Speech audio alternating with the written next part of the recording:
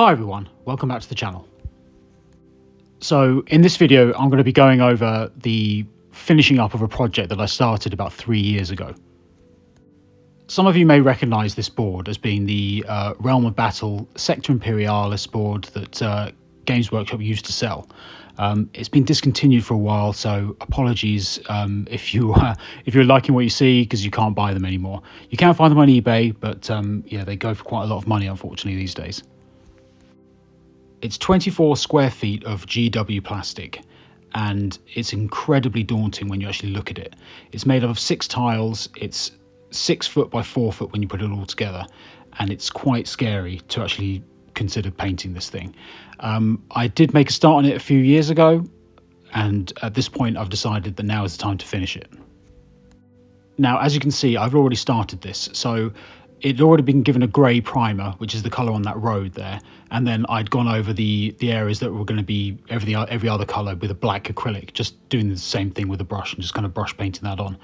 And then I'm just using really cheap brown acrylic paints from the Works if you're in the UK, but you can get this sort of stuff anywhere. It's just really cheap big tubs of acrylic paint.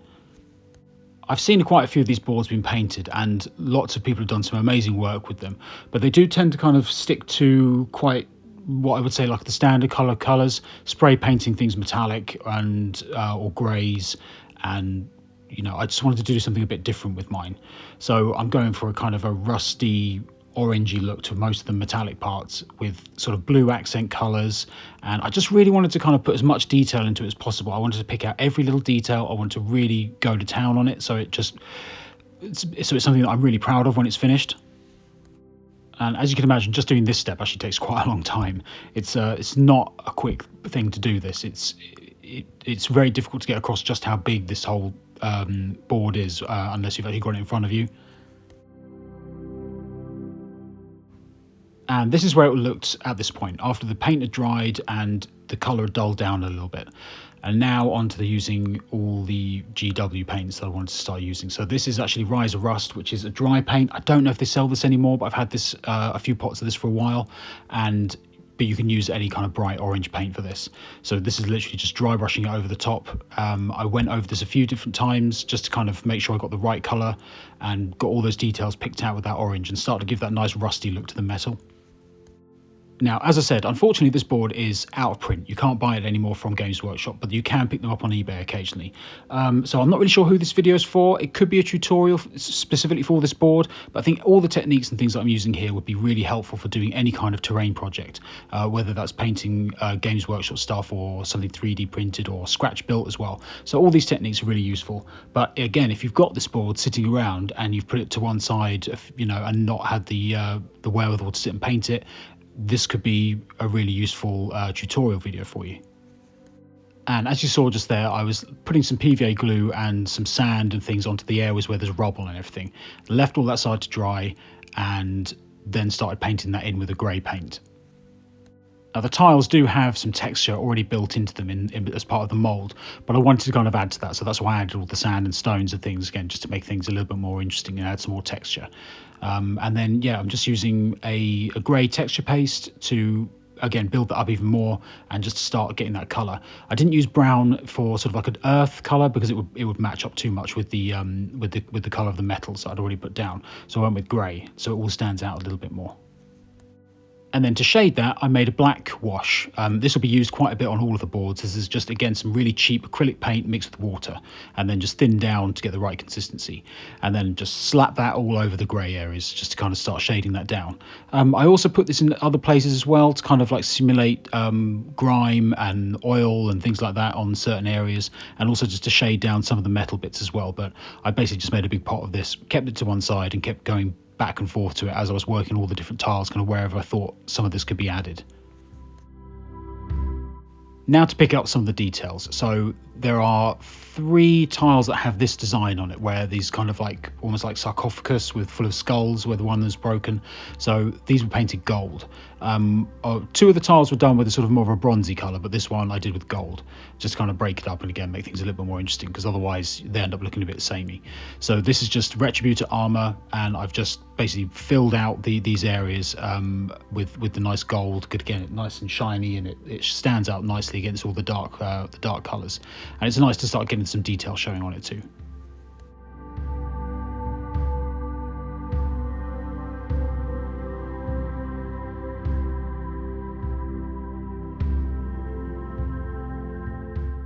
So with a couple of coats of that Retributor armor down, and once all that gold was dry, I then gave a wash of Dark Oath Flesh, which is kind of a nice reddy brown contrast paint.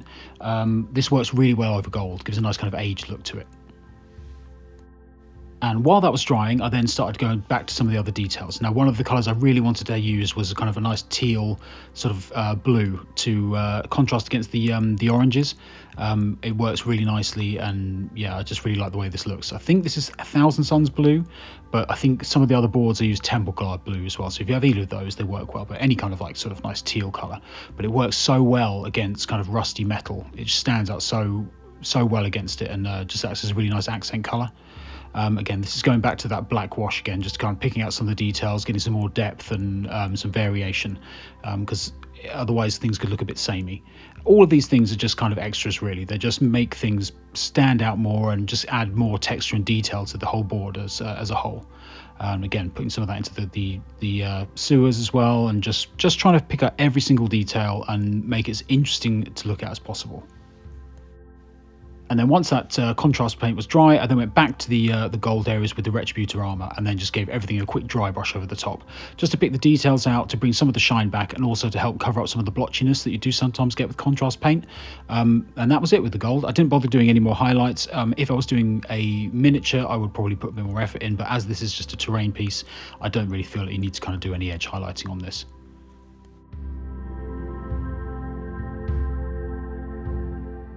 Now for the really time-consuming bit, which is doing all the stone and the pavement areas. This took a long time. I used Dawnstone as it's a really nice pale grey, and it stands out well against everything else and adds a bit more contrast to everything, but this really did take some time. I ended up doing 2 coats over every single bit on all 6 tiles. This took a long time. You could probably use some cheaper paints, but to be fair, a part of this was enough to kind of go over all of the boards. I found it wasn't really too bad. And then with that done, I then gave a quick base coat of Xandri dust to all the skulls that are dotted around all over the place, mainly inside these sort of like sarcophagus bits, but there are a few others scattered around on the boards too.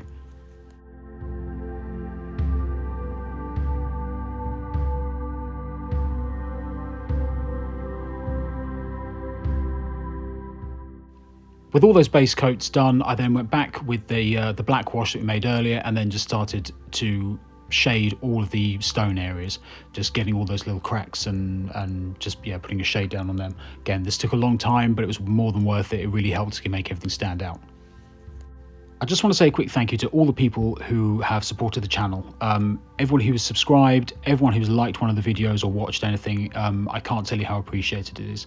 We are getting close to 10,000 subscribers at this point, so it means a huge amount to me. So yeah, thank you so much. If you would like to support the channel a bit further, I have an affiliate link with Element Games. Gives me a little kickback that helps keep the channel running. So if you buy anything using that link, that's a massive help. But just watching the videos and subscribing to the channel and liking the videos is more than enough. So again, thank you so much. And here I'm just giving all of the skulls and a few other little details that are scattered around the oil cans a quick wash with Agrax Earthshade. I also went back to the gold areas because I couldn't help myself and wanted to add a little bit more detail and a little bit more contrast. Again, not really necessary on something this big, but I just wanted to put all the effort I could into. So yeah, it just really helped to add a bit more contrast to that gold. I then used Skaven Blight Dinge to then block in all of the guttering, which took a really long time because there's a lot of it. So yet another really time-consuming phase, but it was worth it just to add that more contrast and add another colour into the mix as well, and just to make sure we picked all those details out. Now the roads were actually really quick. This was just a really thin oil wash that I just basically slapped all over the road areas, patchy bits and then allow them to dry. And this is my list that I tick off as I was going through all the bits to make sure I didn't miss anything. Does anyone else do that? I tend to do that when I'm doing large projects. I write out a list and then cross out each stage as I go. I find it quite useful anyway. Then went back to the skulls, gave everything a dry brush using Xandri dust just to pick those details out. That was more than enough for the skulls. And I also gave a quick sort of dry brush to a few other bits and pieces which I didn't film because there's just too much of it. Now, to give the teal areas and a few other bits and pieces a bit more weathering and just to kind of dull them down a little bit, I put some streaking grime on this, which is, if you've not used it, is a really nice sort of enamel. You put it on, leave it to dry slightly, and then kind of use some white spirits to kind of basically to remove it, and it leaves staining and areas in the recess and stuff. It just kind of helps to kind of give a really kind of nice dirty weathered look to things. But yeah, mainly for the teal bits, but I also put this on some other areas as well, some of the stone bits, some of the metallics, just kind of putting it in random places again to add more color and more texture to everything, and just to make things look a bit more interesting. Then with these dark grey areas with the kind of the rubble that we put down earlier, I then gave everything a dry brush using a really light grey. I think this is Administratum grey, but yeah, any light grey will do for this, just to pick the details out, just to add all the texture to that as well.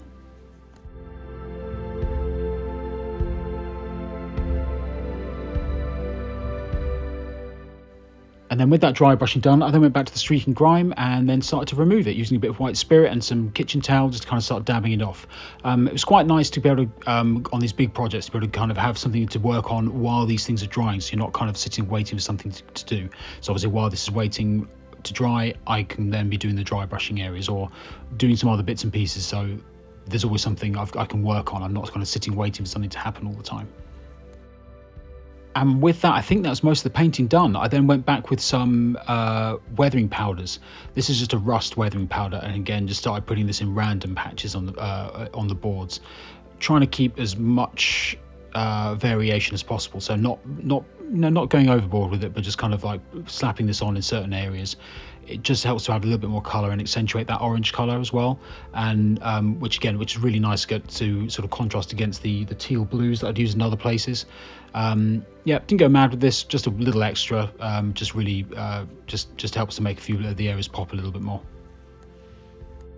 And then with that done, I then added some tufts, a few different colours here and there, just because even though it's a bombed out city, I wanted to kind of feel like it was alive still, like these sort of things would still happen. You'd still get weeds going through cracks and stuff. So it also helps to add a little bit more colour, a little bit more texture, and a little bit more interest in certain places. I like the idea of all these little details kind of being able to be seen, like when you're moving models around on the board that you wouldn't necessarily notice from a distance.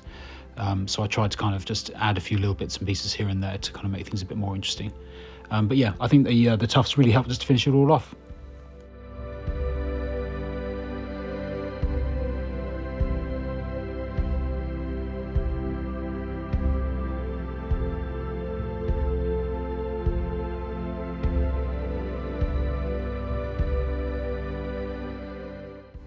This has been a real slog. It's taken such a long time to get done, but I honestly couldn't be happy with it. I'm really happy with the final result. Yeah, genuinely really pleased with it. And here it is all set up with some of the buildings, and yeah, I'm really happy.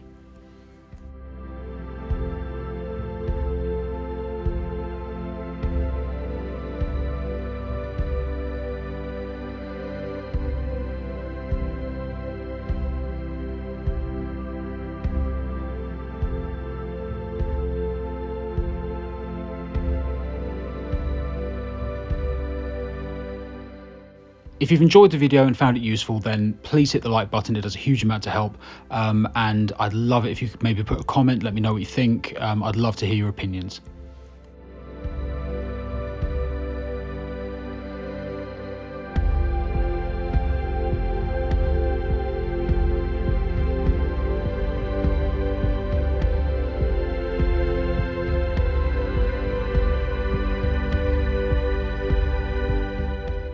As ever, thank you so much for all the support. Thank you for watching. I really hope you've enjoyed it, and I will see you all soon.